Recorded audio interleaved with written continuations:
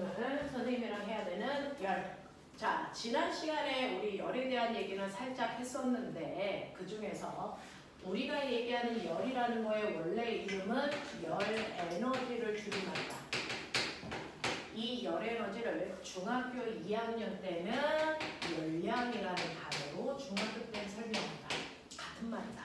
그래서 열 에너지, 열량 다 같은 말. 됐니? 근데 이러한 열을 구분하셔야 됩니다. 열하고 같은 말이 아닌 게 온도입니다. 그래서 열과 온도는 다른 표현이야. 우리가 물체를 이렇게 만졌을 때 아, 칠판 차가워 라고 하는 어떤 물체에 차고 뜨거운 정도를 표현하는 건 온도지 열이 아니다. 얼마나 차가워, 얼마나 뜨거워 라고 하는 차갑고 뜨거운 정도를 표현하는 건 온도를 표현하는 거지 열을 표현하는 게 아니다 라고 말씀드렸어요. 그래서 물체에 차고 뜨거운 정도를 표현하는 건 온도다, 열이 아니다. 그러면 우리가 알아둬야 되는 열이라고 하는 열량은 뭐냐 라고 얘기를 하면 이렇게 온도가 다른 서로 다른 물체를 접촉시켰을 때 하나는 80도의 뜨거운 물이에요. 200g. 하나는 20도의 차가운 물이에요. 100g. 그래서 이렇게 온도가 다른 서로 다른 물체를 접촉시켜 놓으면 사실은 열이라는 건 온도차에 의해서 뜨거운 곳에서 차가운 쪽으로 스스로 이동하는 에너지를 우리가 열 에너지라고 한 거다. 됐죠? 그래서 열 에너지는 고온의 물체에서 저온의 물체 쪽으로 스스로 이동한 에너지를 얘기한다. 고온의 물체에서 저온의 물체 쪽으로 스스로 이동하고 있는 에너지를 우리가 열 또는 열 에너지 또는 열량이라고 했던 거다. 되겠습니까? 자, 그러면 이때 이 열은 언제까지 이동해요? 라고 하면 두 물체의 온도차에 의해서 이동하기 때문에 온도차가 줄어들면 이동하는 양도 줄어들고 온도가 같아지는 순간부터는 더 이상 열은 이동하지 않습니다. 그래서 실제로 이렇게 온도가 다른 서로 다른 물체를 접촉을 하면 80도의 뜨거운 물은 열을 잃어서 온도가 점점 낮아질 거고 20도의 차가운 물체는 열을 받으니까 온도가 서서히 높아져 둘의 온도가 같아지는 열평형이 되는 순간부터는 열은 더 이상 이동하지 않는다라는 얘기입니다. 됐죠? 자, 그러면 이때 열평형된 온도는 몇 도이고 열평형이 될 때까지 고온의 물체가 잃은 열량은 얼마인지 알고 싶어요 라는 얘기입니다. 자, 이때 이동한 열의 양이 열량이라는 걸 계산하는 방법을 중학교 2학년 때 배웁니다. 자, 이동한 열의 양인 열량은 여러분들이 아시는 것처럼 시암탉으로 계산하면 돼요. 시암탉으로 계산하면 됩니다. 자, 그러니 물체의 비열에다가 질량을 곱하고 열평형이 될 때까지의 온도 변화량을 곱한 만큼이 총 이동한 열의 양, 열량이 된다 라는 겁니다. 그랬을 때 고온의 물체가 열을 잃은 만큼 저온의 물체는 똑같은 양의 열을 얻습니다. 그러니 이러한 열량을 고온의 물체가 잃은 열량을 계산하셔도 저온의 물체가 얻은 열량을 계산하셔도 그 값은 같을 거다. 같은 양의 열을 주고받으니까. 그래서 우리는 고온의 물체에 물의 비열도 1이고 찬물도 물이니까 비열은 1일 거니까 고온의 물체의 비열 1 곱하기 질량 200g 곱하기 열평형이 될 때까지 온도 변화는 높은 온도에서 낮은 온도를 빼면 되죠. 이게 고온의 물체가 잃은 열량이야. 80 빼기 T. 저온의 물체가 얻은 열량은요. 그래서 저온의 물체도 물이니까 비열 1. 질량은 100g. 자, 온도 변화는 높은 온도에서 낮은 온도를 빼는 거니까 T 빼기 20 이렇게 가요. 됐죠? 자, 그랬을 때 열평형이 되는 온도를 먼저 구하면 쓸데없는 숫자 날리시면 되니까 160-2t는 t-20이다. 그러니 3t는 180이고 t는 60일 겁니다. 그래서 열평형 된 온도가 60도라는 걸 찾아낼 수 있습니다. 그러면 이러한 60도가 될 때까지 고온의 물체가 이는 열량 알고 싶어? 그러면 여기에 60 집어넣으시면 됐어. 고온의 물체는요. 1 곱하기 200 곱하기 온도 변화가 20 났죠? 그러면 이때 이동한 열의 양은 4000입니다. 자, 근데 열량의 단위는 우리가 알고 있는 것처럼 열량의 단위는 칼로리 또는 킬로칼로리일 건데 우리가 계산한 질량 단위를 그람으로 계산했을 때 얻을 수 있는 열량 단위는 칼로리다. 그래서 자, 지금 내가 계산한 질량 단위가 그람이기 때문에 이때 계산한 열량 단위는 칼로리입니다. 여러분들이 질량 단위를 킬로그램으로 놓고 계산을 했다면 그때 얻을 수 있는 열량 단위는 킬로칼로리입니다. 그렇죠? 그래서 열량 단위가 킬로칼로리인지 칼로리인지는 질량 단위 보고 계산하시면 된다. 되겠지? 그래서 이때 이동한 게 4000입니다. 그래서 뜨거운 물체는 4000만큼의 열을 잃었어. 그러면 차가운 물체도 4000만큼의 열을 얻었는지 확인. 여기다가 60 집어넣으시면 계산하시면 4000 나옵니다. 됐어? 그래서 주고받은 열의 양이 같다는 것도 확인할 수 있죠. 되겠어? 자, 이렇게 열평형이 될 때까지요. 고온의 물체에서 저온의 물체 쪽으로 스스로 이동한 열의 양을 우리가 열에너지라고 부른 거다. 근데 선생님, 열량이라는 것과 열에너지는 뭔가 좀 다르지 않아요? 다릅니다. 뭐가 다르냐면 여러분들이 열량이라고 할 때 단위는 킬로칼로리 또는 칼로리. 근데 열에너지라고 하는 것과 개념은 같지만 단위가 다릅니다. 에너지의 단위는 줄이죠. 그러면 실제로 1칼로리가 1줄일까요? 1kcal가 1줄일까요? 아닙니다.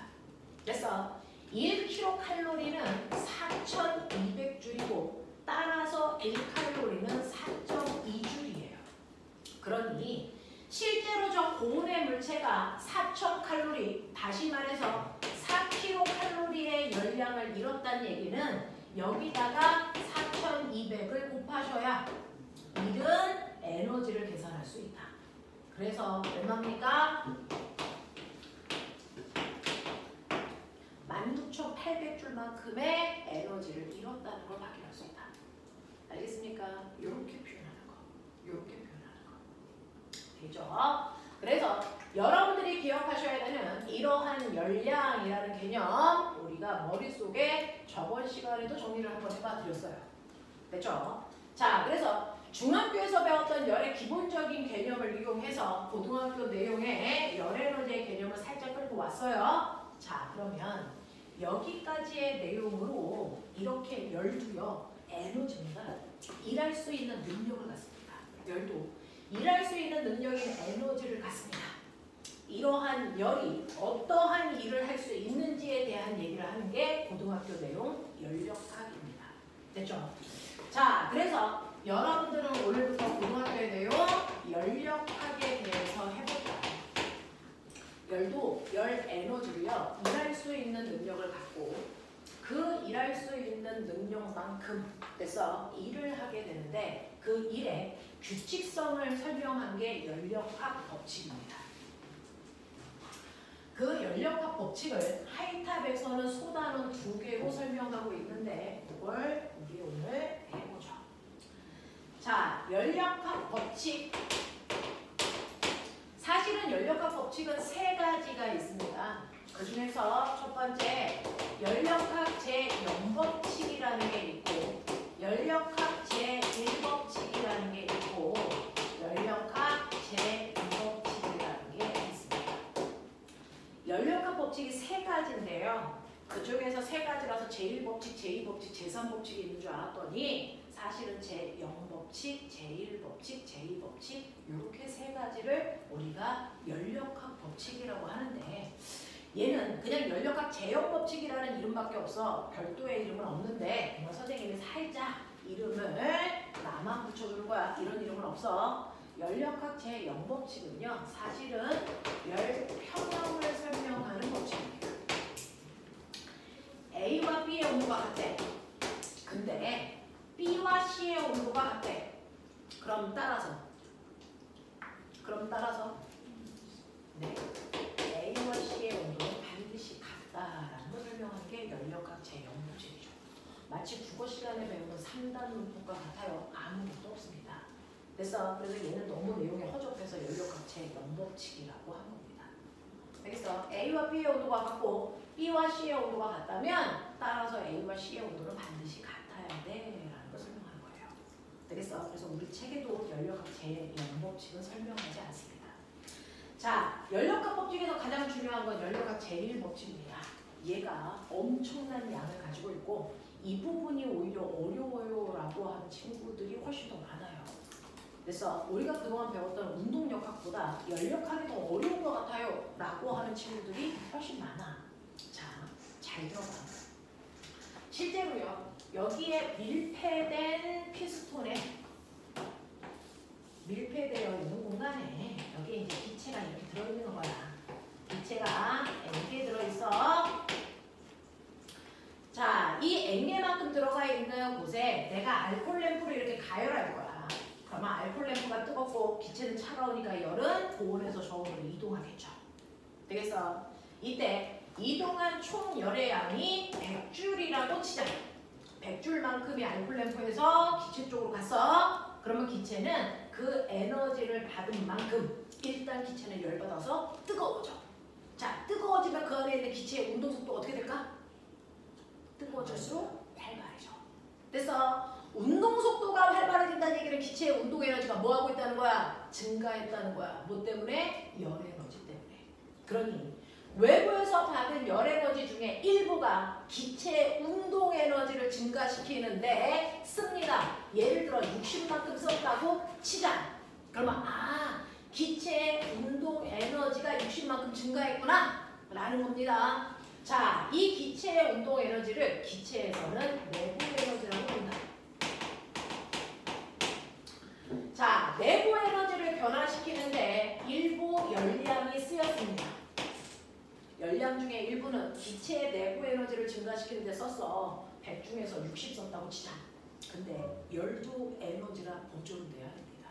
그래서 그러면 100을 줬으니까 100만큼이 있어야 되는데 내부 에너지를 증가시키는데 60만 썼어? 그럼 40 없어졌어? 절대 그럴 수 없습니다.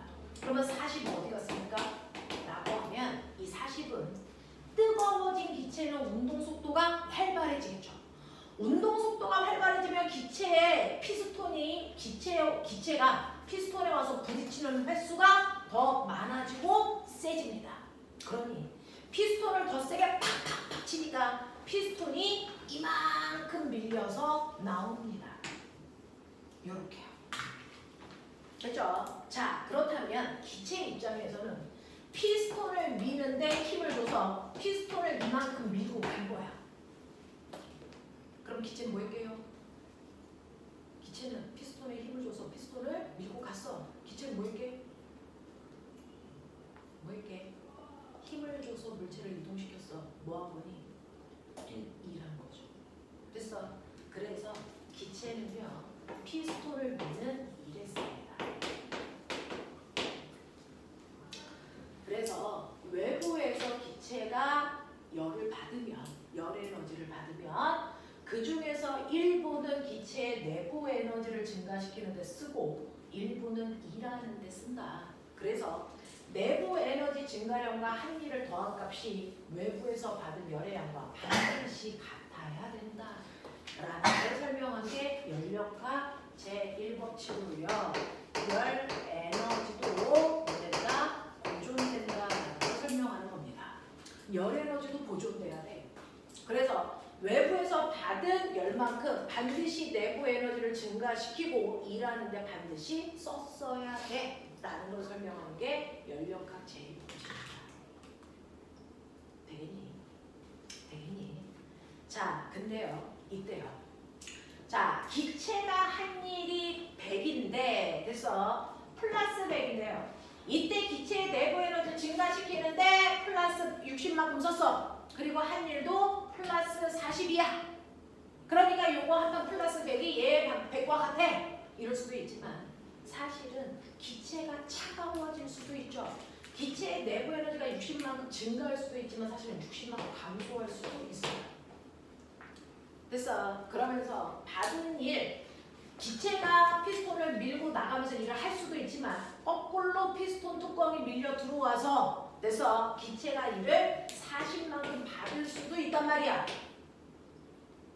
그러면 이때 기체는요, 열을 흡수한 게 아니고 100만큼의 열을 방출한 거죠. 되겠어. 자, 그러면서 선생님이 너네들한테 해주고 싶은 말이 뭐냐면 사실은 열량이라는 원래 이름 열에너지야. 기억나니? 에너지 1. 이거 스칼라야 벡터야? 달라. 1과 에너지는 방향이 있어 없어? 없어요. 그래서 방향을 표현할 필요가 없는 스칼라 값인데 그러면 우리가 물리에서 쓰는 플러스와 마이너스는 방향을 표현하는 벡터 기호인데 스칼라한테 왜 플러스 마이너스를 씁니까? 라고 하면 방향이 없는 스칼라 값에다가 플러스와 마이너스를 쓸 때는 어떤 데서 특이한 특징을 부호로 표현하는 거예요. 그 중에서 열 에너지가 플러스라는 건 열을 흡수하고 있다는 뜻입니다. 열을 100만큼 흡수해서 이런 뜻이야. 마이너스 100은요. 마이너스는 열을 방출하고 있어. 이런 뜻이야. 자, 열이 출입한 양이 0이에요. 그러면 열은 하나도 들어가지도 나가지도 않아서 이걸 멋진 말로 단열되어 있어. 이런 표현이야. 됐어. 자, 그래서 열 에너지에 플러스의 기호와 마이너스의 기호가 0이라는 의미가 뭘 나타내는지 아세요? 자, 플러스라는 건 열을 기체가 흡수하고 있다는 거고 마이너스는 열을 거꾸로 방출하고 있다는 뜻이에요. 그리고 0이라는 건 열의 출입이 없다는 뜻이죠. 되겠어? 자, 그것처럼 내부 에너지가 플러스라는 건 기체가 뜨거워져서 기체의 운동 에너지가 증가하고 있어. 이런 얘기야. 됐어? 다시 말해서 운동 에너지가 증가하고 있다는 얘기는 기체의 온도가 상승하고 있다는 얘기야. 기체가 뜨거워지네. 이 뜻이야. 자, 내부 에너지가 마이너스라는 얘기는 기체가 점점 차가워지고 있어. 온도 하강을 나타냅니다. 자, 기체의 내부 에너지의 변화가 0이라는 건 온도 변화 없어. 온도 일정. 이거 얘기해.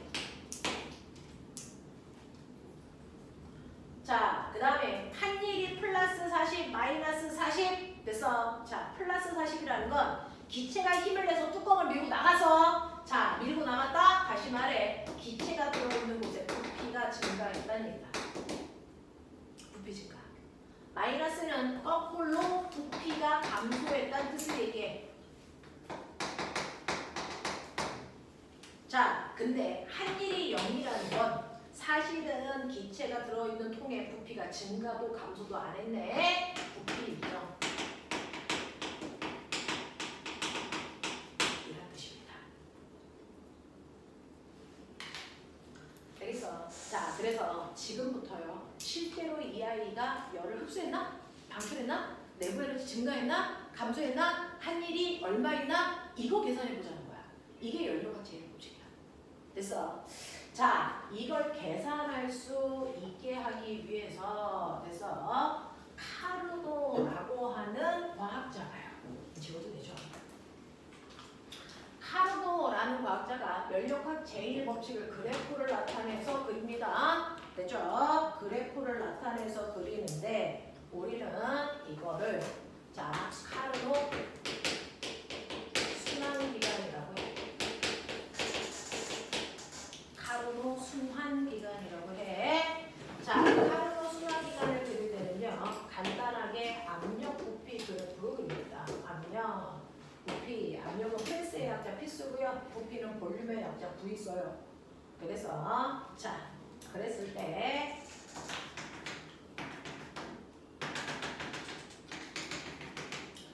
자, 압력이요. 여기요. 이 순간이 A, 여기가 B, 여기가 C, 여기가 D. A에서 B로 갔다, B에서 C로 갔다, C에서 D로 갔다, 에너지가 D에서 다시 A로 한 바퀴 돌아오는 거야. 그래서 순환이라는 건 돌아서 제자리로 온다라는 뜻이잖아. 카르노 순환기간. 그래서 이렇게 한 바퀴 돌아 제자리로 오는 동안 이 아이한테는 어떤 변화가 있을까? 이 얘기입니다. 됐죠? 그랬을 때 우리가 Q는요. 델타 U 플러스 W인데 A에서 B로 가는 동안 B에서 C로 가는 동안 C에서 D를 돌아 다시 제자리로 오는 동안 그래서 내부 에너지의 변화는 어때? 열량의 출입은 어때? 한일은 어때? 이거 판단해 볼 거야. 됐죠? 자, 그때요. 실제로 내부 에너지의 변화는 뭘로 보는 거냐면 기체의 온도 변화예요. 온도 변화 보시면 돼요. 기체가 뜨거워지는지 차가워지는지를 보셔야 내부 에너지가 증가하는지 감소하는지 알 수 있는데 온도가 선생님 저 그래프에는 없는데요. 압력과 부피밖에 없는데 어떻게 온도 변화를 알아요? 라고 하면 우리가 지난 시간에 이상기체 상태방정식 외웠던 거 기억나죠? 말해. 이상기체 상태방정식. 보일 법칙과 샤를 법칙을 이용해서 이상기체 상태방정식 만들어드렸어요. PV는 N, R, T. 기억나니? 빨리 얘기해. 기억나니 안 나니? 다시 설명할 필요 있니 없니? PV는 NRT. 돼요? 돼요? 자, 이때 P는 뭐여서요? 압력, V는 부피. 압력과 부피를 곱한 값은 N이 뭐야? 기체 입자수, 몰수에다가 R은 기체상수. T는 뭐지? 절대온도. 요거 곱한 값이랑 항상 같아야 돼. 그래서 이거 설명한 게 PV는 NRT, 이상기체 상태방정식인데 이렇게 기체가 들어있는 피스톤에 아무리 얘를 뜨겁게 가열하던 차갑게 하던 상관없이 이 안에 있는 기체의 입자수 변하지 않고 일정. 기체 상수도 일정. 됐어. 그러니 압력과 부피를 곱한 값은 항상 절대 온도와 비례하는 값이다. 우리 이것만 필요해 라고 했었어요. 압력과 부피를 곱한 값이 절대 온도와 무조건 비례하는 값을 가져. 기억나냐? 이 얘기였어요.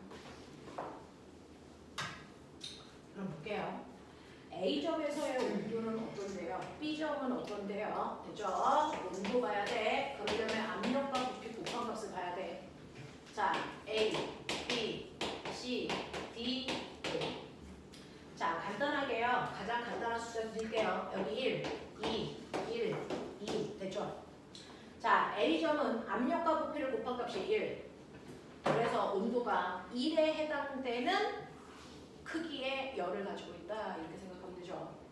자, B는 2니까 A에 비해서 B는 온도가 2배만큼 증가했어요. 1만큼 커졌네. 뭐 이런 뜻이야? 됐어. 그러니까 A에서 B로 갈 때 온도는 증가했어요. 1만큼. 이런 느낌. 네. 자, 그 다음에 C는 압력과 부피를 곱하시면 이거 4. 그러면 처음보다 온도는 2만큼 증가했어요. 이런 거야. 그러니 B에서 C로 갈 때 내부 에너지 2만큼 증가. 이해 돼? 됐죠? 자, D로 갑니다. D는 압력과 부피를 곱하시면 2. 얘는 거꾸로 2만큼 줄었네? 돼요? C에서 D로 갈 때 온도가 2만큼 감소했어요. 내부 에너지 2만큼 감소. 이런 얘기야. 됐지? 자, 그리고 다시 A는 1인데 1로 오면 다시 내부 에너지 1만큼 감소. 내부 에너지 1만큼 감소했네? 이런 뜻입니다. 그러니 이 온도 변화만으로 얘는 내부 에너지가 증가했냐? 감소했냐? A에서 B로 갈 때 내부 에너지 증가량이 크냐? B에서 C로 갈 때 내부 에너지 증가량이 크냐? 이거 다 확인할 수 있다. 되겠어? 이 얘기야. 자, 그 다음에 그러면 한일은요? 있어요? 없어요? 한일은 부피 변화량을 보시면 된다고 했어요. 부피 변화량. A에서 B로 갈 때는요. 압력은 증가하지만 부피는 그대로 1입니다. 부피 변화가 없어요. 자, 부피가 일정한 경우를 우리가 부피 적자 써서 부피가 일정한 구간, 운적 구간이야 이렇게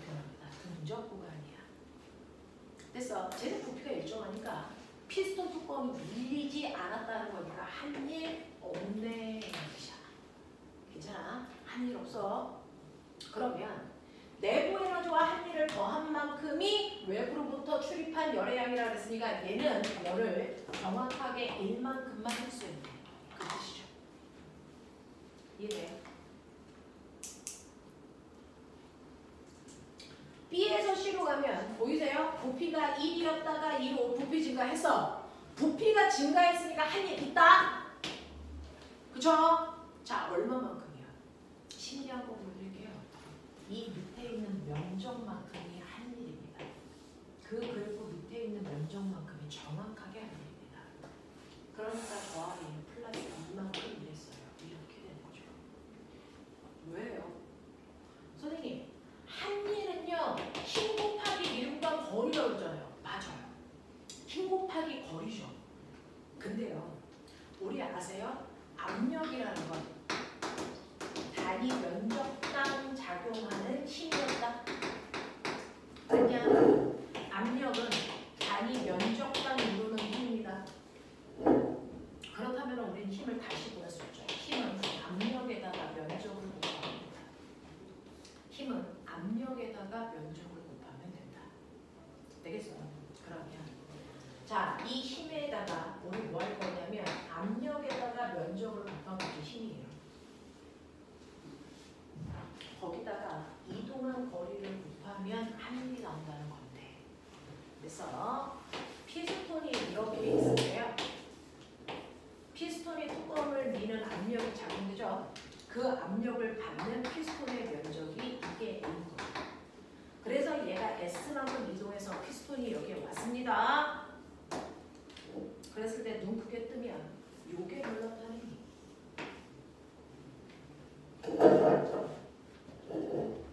적어볼까요? 면적 곱하기 밀고 간 거리. 면적에다가 밀고 간 거리를 곱하면 뭐 나옵니까? 이 개놈의 새끼들 수학 선생님들한테 다 잃어버려! 면적 곱하기 밀고 간 거리. 이거 부피죠. 부피 변화량을 얘기한다. 그러니 얘는 압력에다가 부피 변화량을 곱하면 된다는 얘기야. 됐지? 근데 잘 보시면 이 그래프의 세우축이 압력입니다. 그리고 가로가 부피 변화입니다. 그러니까 저 그 그래프에 가로에다 세로를 곱한 면적을 바로 한일이라는 뜻입니다. 이해되겠어? 저 그래프에 그래서 밑에 있는 면적이 한일이라는 걸 얘기합니다. 되겠냐? 압력에다가 부피 변화를 곱한 값이 바로 한일. 그래서 그래프 밑에 있는 면적이 한일이다. 되겠죠? 자, 그 다음. 그러니 얘는 내부 에너지 증가량이 2, 한일도 2. 그러면 얘는 외부로부터 4만큼의 열을 흡수했어야 된다. 이런 뜻입니다. 이래. 자, 그 다음에 C에서 뒤로 갈 때요. C에서 뒤로 갈 때도 보이십니까? 부피 변화가 없습니다. C에서 뒤로 갈 때 부피의 변화가 없는 또 다른 등적 과정. 그러니까 부피 변화 없으니까 한 일이 없죠. 그러니까 이때 열은 거꾸로 이만큼을 밖으로 방출했다는 얘기입니다. 돼요. 자, 그 다음에 D에서 A로 돌아갑니다. D에서 A로 돌아갈 때는 그래서 부피가 바뀌었어요. 대신에 압력만 일정합니다. 얘를 우리가 압력이 일정하다 등압 구간 이죠. 압력이 일정하니까 등압 구간, 온도가 일정하면 등온 구간 이렇게 표현합니다. 자, 쟤는요 내부 에너지는 1만큼 감소했고요. 요번에는 부피가 줄었으니까 거꾸로 마이너스 1을 받았어. 얼마만큼? 밑에 있는 면적만큼. 밑에 있는 면적이 1이네요. 그러면 얘는 1을 이만큼 방출했어요.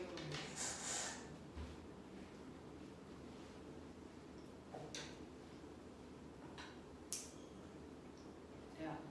그래서 각각의 구간에서 출입한 열의 양, 그 다음에 한일, 그 다음에 내부 에너지의 변화를 이런 식으로 표현합니다. 근데 이거보다 더 중요한 거예요.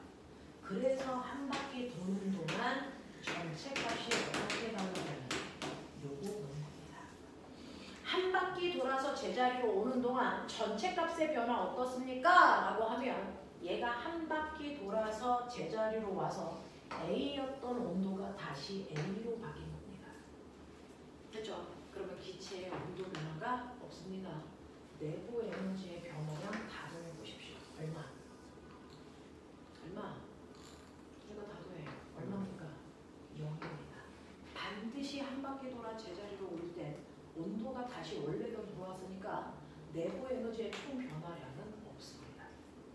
그러니 이 중에 하나를 모르는 것처럼 구멍을 블랭크를 뚫어놔도 항상 한 바퀴 돌아 제자리로 돌아오면 0이 돼야 되기 때문에 여기는 플러스 2라는 걸 미루어 짐작할 수 있습니다. 알겠습니까? 이 얘기입니다. 한 바퀴 돌아 제자리로 돌아와 다시 A에서 A의 위치로 돌아오면 기체의 내부 에너지의 변화가 없어야 되죠. 그러니까 내부 에너지의 총 변화량은 0이어야 된다. 자, 그러면 한일은요? 요거 다 더해봐. 얼마니? 플러스 1이죠. 근데 이게 저 그래프에 어디 있을까요? 저 그래프에 어디 있을까요? 요거? 한일? 처음부터 있었어요. 어떤 면적? 어디요? 플러스 1에서 마이너스 1을 뺀다 그랬으니까 한 바퀴 돌면서 회전해서 그린 이 사이 면적이에요. 얘가 바로 총 한일의 양입니다. 처음부터 총 한일의 양은 써져 있었던 겁니다. 그러면 전체 값이요. 내부 에너지의 변화와 한일의 양을 더한 값이 총 출입한 열의 양과 같아야 되겠죠? 그러니까 이거 다 더해보시면 플러스 1인데 꼬매나 이거 다 더해봐. 얼마 나오니? 플러스 1입니다. 그래서 반드시 이래야 됩니다. 반드시 출입한 열의 양과 한일의 양 이 두 개가 반드시 같아야 된다.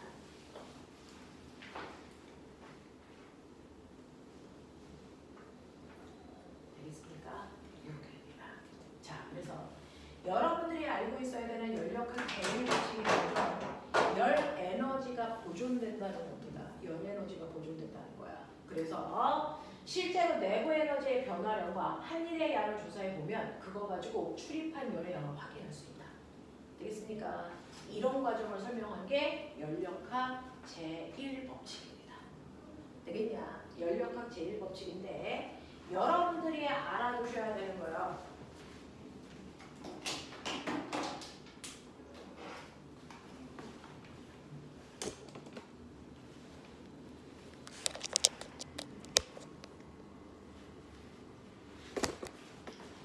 자, 우리는 중3이 없어. 자, 여러분들이 아셔야 되는 거예요. 이러한 연력하고 설명할 수 있는 우리 주변 환경이 뭐 있어요?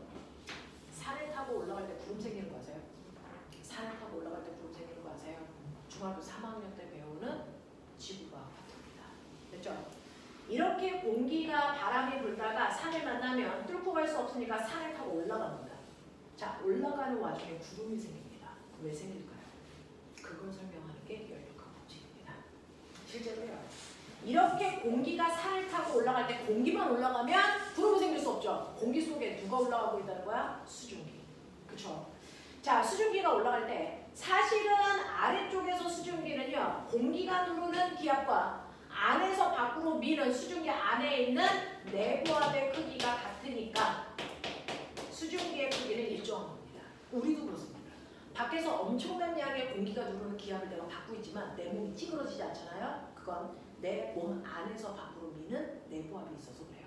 근데 이러한 수증기가 산을 타고 빠른 속도로 올라가게 되면 됐어. 열의 출입은 없지만 대단히 빠른 속도로 기압이 줄어듭니다. 그럼 어떤 일이 발생할까요? 밖에서 누르는 힘이 약해지는데 안에서 미는 힘은 그대로야. 그럼 수증기는 올라갈수록 점점 멀지니 커집니다. 이런 식으로. 그래서 이걸 연력학으로 설명하면 어떠냐면 실제로 기체의 부피가 바뀌는 원인은 두 가지가 있죠. 기체의 부피를 변화시키는 원인은 온도 때문에 바뀌거나 압력 때문에 부피가 커지는 이유는 온도 때문이 아니고 압력 때문입니다. 됐어. 그래서 얘는 올라가는 동안 열의 출입은 없어. 단열된 상태야. 이 얘기입니다. 단열된 상태에서 아이가 부피가 커지는 이유는 밖에서 누르는 내부의 압력이 줄어들었기 때문에 부피가 커집니다. 됐죠? 자, 그걸 우리가 단열된 상태에서 부피가 커져요. 단열 팽창이라고 해. 단열된 상태에서 부피가 커진다는 얘기는 이렇게 기체가 들어있는 피스톤에 열을 주지 않았는데 피스톤에 있는 기체가 스스로 밀고 나와. 그래서 부피가 증가해. 그럼 얘는 할 일이 있는 거죠. 그게 얼마만큼인지 모르지만 어쨌든 10만큼 이랬다고 치자. 이걸 하고 있는 거예요. 기체가 올라가면서. 근데 열 에너지는 총량이 항상 일정해야 되니까 출입한 열의 양이 없으면 기체가 일을 했더라도 그 한 일만큼 반드시 내부 에너지가 줄어야 됩니다. 이해해요? 자, 기체의 부피가 증가하는 만큼 됐어? 일을 했기 때문에 그 한 일만큼이 기체가 가지고 있는 에너지가 감소해야 된다는 얘기죠. 그 기체가 가지고 있는 내부 에너지가 감소한다는 얘기는 기체는 차가워지고 있다는 얘기입니다. 그래서 올라갈수록 기체가 일을 해서 수증기의 부피가 커지니까 그만큼 기체가 일한 만큼 기체는 차가워진다. 그래서 올라갈수록 수증기의 온도가 뚝뚝뚝뚝 떨어집니다. 그래서 수증기가 차가워져서 뭐 됩니까? 물방울입니다. 그래서 생기는 게 바로 구름입니다. 되겠어? 이렇게 구름이 생기는 거야. 됐지? 그래서 구름이 생겨서 비가 막 오다가 산을 타고 넘어서 내려오면 거꾸로입니다. 올라갈 때는 단열 팽창인데 내려올 때도 됐어. 열의 출입 없는 단열된 상태로 내려오면 거꾸로 이제 압력이 커지죠. 자, 수증기의 부피는 점점 줄어듭니다. 단열 압축이 일어납니다. 그럼 피스톤이 밀고 들어간 거니까 마이너스 A를 한 거라서 기체의 내부 에너지는 증가하죠. 거꾸로. 그래야 단열된 상태니까. 됐어. 그래서 거꾸로 산을 타고 내려오면 공기는 점점 뜨거워집니다. 그래서 산 아래쪽에서 부는 바람은 이렇게 불어 내려오는 바람은 뜨거운 바람이 불어 내려옵니다. 이걸 우리는 녹새 바람 또는 팬현상이라고 합니다. 이걸 열역학으로 설명하는 겁니다. 되겠어? 단열 팽창일 때는 공기는 차가워져. 단열 압축일 때 공기는 뜨거워져. 알겠습니까? 이걸 설명할 수 있는 게 열역학 제1법칙. 자, 그러면 열역학 제1법칙이 뭔지는 여러분들 아셨고요. 연습은 조금 있다가 시간 되면 문제 몇몇 개 풀어보고요. 자, 여러분들이 가지고 있는 열역학 제1법칙을 설명한 건 112페이지부터 됐어? 지금 선생님이 설명했던 모든 것들이요. 단열 팽창 119페이지 그림 보여.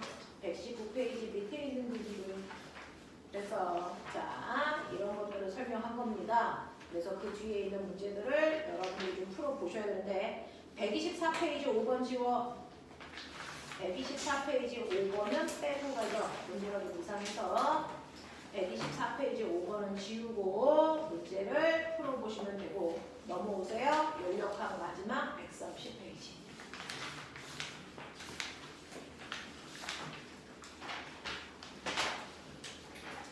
오늘 하셔야 되는 열역학의 마지막이고요. 열역학 제2법칙이요.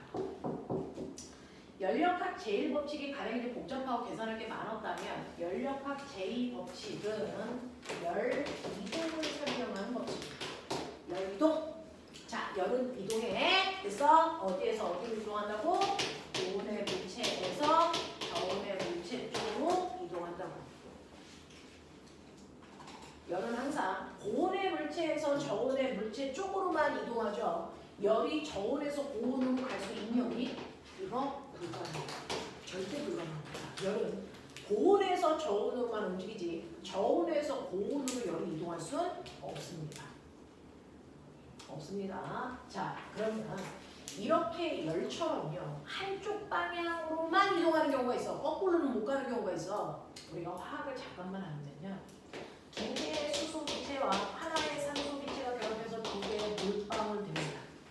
두 개의 수소 기체와 하나의 산소 기체가 결합을 해서 두 개의 물방울이 되는 데서 물을 만드는 화학 반응식을 여러분들은 배웠을 겁니다. 자, 이렇게 어떤 물질이 변해서 새로운 물질을 만들 때요. 변하기 전 물질을 우리가 반응 물질, 변한 후의 물질을 우리가 생성 물질 이렇게 얘기하죠. 되겠니? 이렇게 반응 물질이 생성 물질로 바뀌는 반응이 우리가 정확한 반응, 정반응이라고 불러요. 근데 이렇게 반응 물질이 생성 물질로 바뀔 때요. 이게 100만 개쯤 있었는데 자, 맨 처음엔 얘는 없었는데 시간이 지나니까 얘가 돼서 50만 개 남고요. 50만 개 만들고 있어. 자, 그러면 통 속에 물이라고 하는 게 자꾸 늘어나잖아요. 그럼 물방울들끼리 지네들끼리 부딪힙니다. 그래서 거꾸로 지금 생성 물질이 반응 물질로 바뀌는 경우가 동시에 일어납니다. 반응 물질이 생성 물질로 바뀌는 반응을 하고 있는데 그 중에서 생성 물질이 너무 많으면 만들어진 생성 물질들끼리 부딪혀서 다시 반응 물질로 쪼개지는 일들도 같이 일어납니다. 자, 이걸 우리가 거꾸로 반응이 일어나요. 그걸 역반응이라고 합니다. 자, 이렇게 정반응을 할 때 역반응도 동시에 같이 일어날 수 있는 걸 역반응이 가능하다, 가역반응이라고 화학 시간에 배울 겁니다. 가역반응. 그래서 근데 우주 만물은 가역반응을 하는 아이들은 극히 일부야. 거의 없어.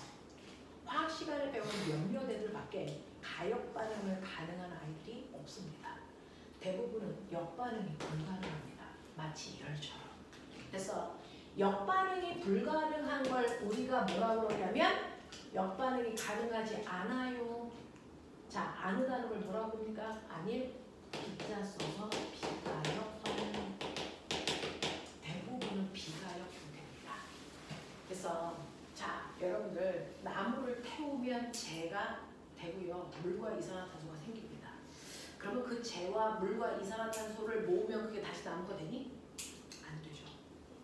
그래서 사람은 태어나서 늙어서 죽습니다. 근데 늙었던 사람이 다시 젊어질 수 있니? 불가능하죠.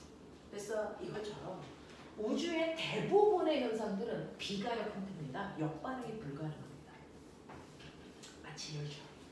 그래서 열도 고온에서 저온으로 이동할 수는 있지만 거꾸로 저온에서 고온으로 열이 이동해오는 역반응은 불가능하다. 그러면 우주의 만물들이요. 어딘가를 가만 놔둬도 어딘가를 향해서 변해갑니다. 정반응을 하죠. 그럼 가만 놔뒀을 때 물체가 다 변하려는 이 정반응의 방향들은 어떤 규칙성이 있을까? 가만 놔뒀을 때 물체들이 모두 다 변하잖아. 그 변하는 방향에 공통점은 없어? 이게 궁금했던 게 과학자들이에요. 모든 만물은 시간이 지나면 변한다. 그 변화의 규칙성이 있을까? 있다는 겁니다. 하나같이 다 다르게 변하는 것 같은데 사실은 걔네들을 통틀어 보면 모든 만물들은 변화하는 방향이 다 똑같이 지금보다 질서 해지려는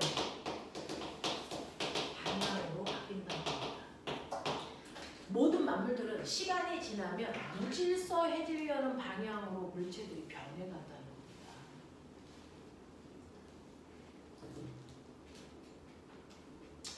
고온에서 저온으로 열이 이동하는 것도 사실은 모든 만물이 무질서해지는 경향성을 그대로 띠는 건데 사실은 무질서해진다는 건 뭘 얘기하는 거냐면 같아지려는 거야.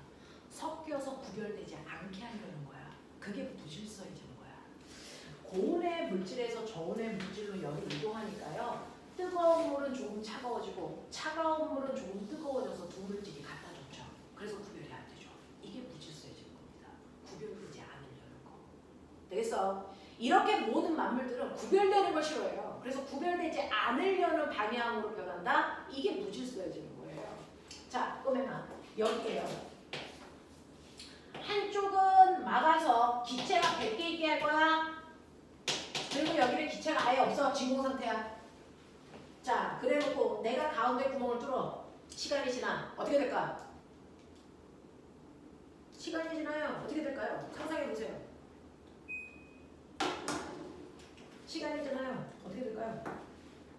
어떻게 될 거니? 여기 100개? 여기 1개? 그대로 유지되니? 안 그렇습니다. 어떻게 될까요? 여기 말해. 여기 어떻게 될까요? 말해. 50. 여기 50. 이렇게 되죠. 이렇게 써야 우리는 정답이 나옵니다. 근데 실제로는 꼭 이런 건 아니죠. 실제로요. 이렇게 반발을 잘라놓고 한쪽에는 기체를 가득 채워놓고 한쪽에는 기체를 넣지 않은 상태에서 구멍만 뚫어놓으면 이쪽 A쪽과 이쪽의 B쪽을 보면 처음에 A와 B가 여기 기체에 100개 연결했어. 근데 시간이 지나서 내가 문을 다시 열어봤어. 마치 슈레딩 거예요. 모양이처럼. 그래서 문을 열어서 그랬더니 여기가 90개, 10개, 80개, 20개, 70개, 30개, 60개, 40개, 49개, 51개, 50개, 50개, 거꾸로 51개, 49개. 됐어? 더 황당한 거예요. 여기 70개, 여기 30개. 아니, 여기 30개, 여기 70개. 여기 20개, 80개, 0개, 100개. 다 가능한 거야. 다 가능한 거야. 여기 있던 기체들이 하나도 없이 일로 완벽하게 움직여가는 것도 가능합니다. 그래요. 네가 저 통을 100번 열어봤다고 치자. 100번 열어봤다고 치자. 그랬을 때 이 형태로 있는 건 한 번이죠. 됐어?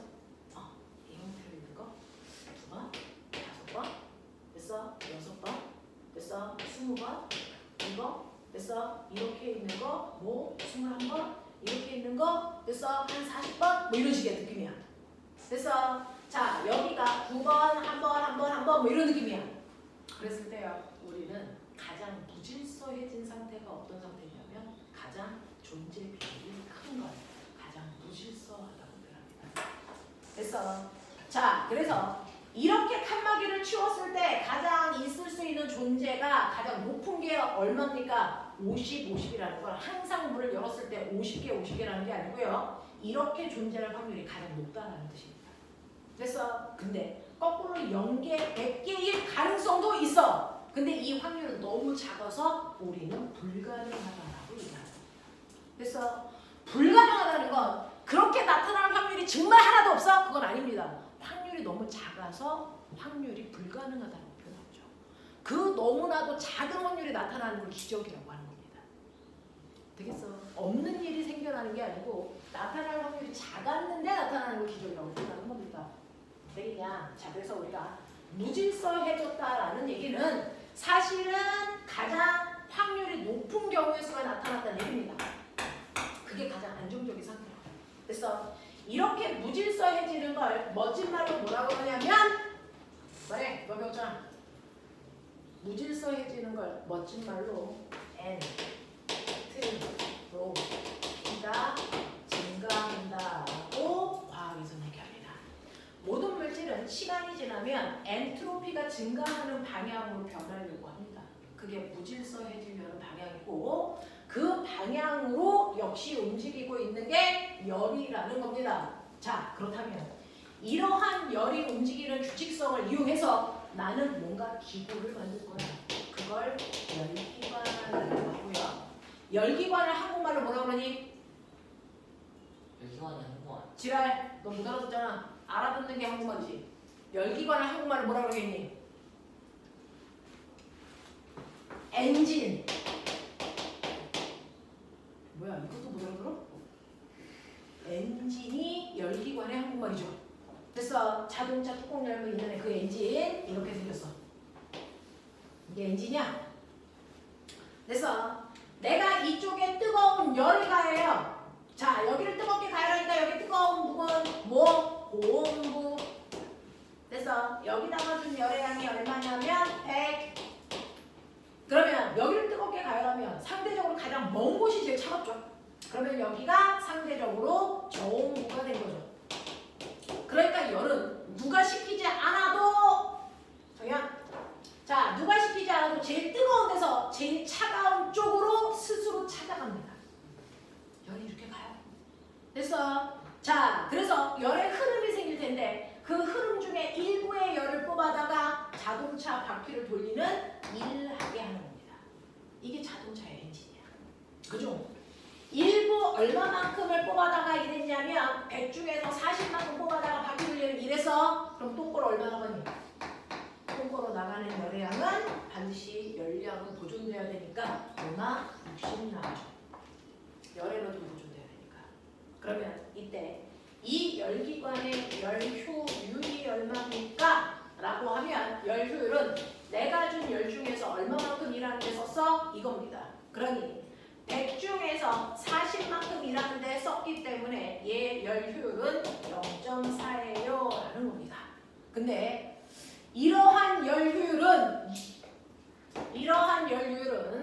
한 받은 열 중에서 얼마만큼 일했니? W 값을 봐도 되고요. 준 것 중에서 밖으로 빠져나간 걸 빼도 되겠죠. 그래서 이걸 수학 선생님들은 이렇게 계산하고 싶은 본능을 느끼신대요. 그래서 1-Q1분의 Q2로 하시면 열효율을 구하는 식이 됩니다. 다 똑같아요. 다 똑같아요. 같은 말이야. 그래서 네 꼴리는 대로 외워서 하시면 되고요. 졸려오면 살짝 일어나고요. 자, 근데 그럼 우리 과학자 에너지는 그래서 여러분들 고갈될 위기라잖아. 그러면 자동차를 안 탈 수는 없으니까 에너지 효율을 높이면 돼요.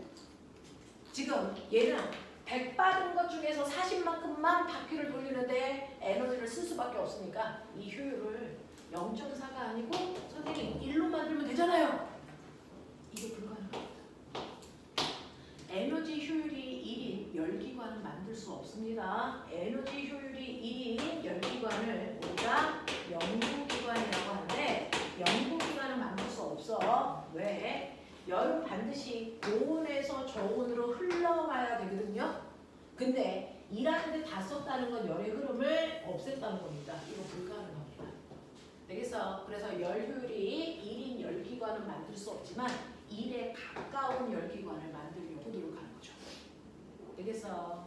네. 자, 그래서 열기관의 열 효율을 어떻게 계산하는지까지 보여드려서 자, 그래서 여러분들이 가지고 있는 이 열기관의 열 효율에 대한 문제까지도 보여드렸습니다. 시간이 별로 없어서. 자, 열 효율에 해당되는 문제는요. 여러분들 뒷부분 다 필 필요가 없이 여러분들 가지고 있는 140페이지하고 140페이지만 푸시면 돼요. 그래서 그 뒤는 풀 필요 없습니다. 자, 그러면 여러분들요. 지금 시간이 없어서 선생님의 문제를 많이 못 풀어드렸는데 앞부분의 열역학 제1법칙에 해당되는 문제는 그렇게 어렵거든요. 자, 그 중에서 선생님이 보여드릴 거 한 문제만 보여드리고 끝낼게요. 자, 꼬매만 와. 125페이지. 어차피 너네 나한테 질문할 거잖아. 자, 125페이지 보시면요. 125페이지에서 6번 보여드릴게요. 일정량의 이상기체가 그래프와 같이 화살표 방향으로 변해갑니다. 이때 그래프에서 미줄쳐 A, B는 반비례해. 자, 압력과 부피가 반비례하려면 조건. 지난 시간에 얘기했어요. 압력과 부피는 무슨 관계가 있다고? 반비례 관계가 있다는 얘기 누가 했니? 보일. 그래서 보일 법칙. 됐어? 근데 압력과 부피가 정확하게 반비례하려면 조건이 있다. 온도가 일정할 때. 그러니까 A, B가 반비례 곡선이에요 라고 얘기하는 거 그 밑에다가 써. 온도 일정. 이건 등온 구간이라는 뜻이야. 그래서 그 순간 걔는 온도가 일정했어 라는 뜻입니다.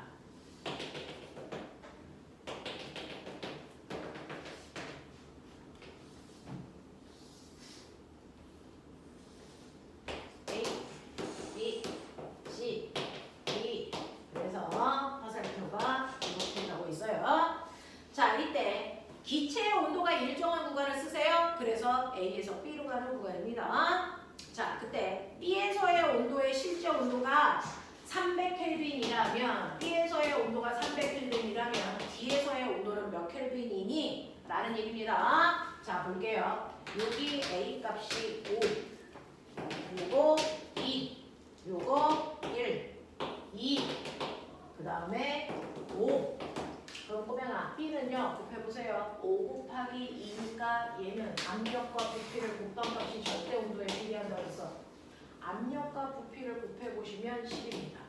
그 10에 해당되는 걸 300으로 표현했던 얘기입니다. 되겠어? 자, 그럼 D는요.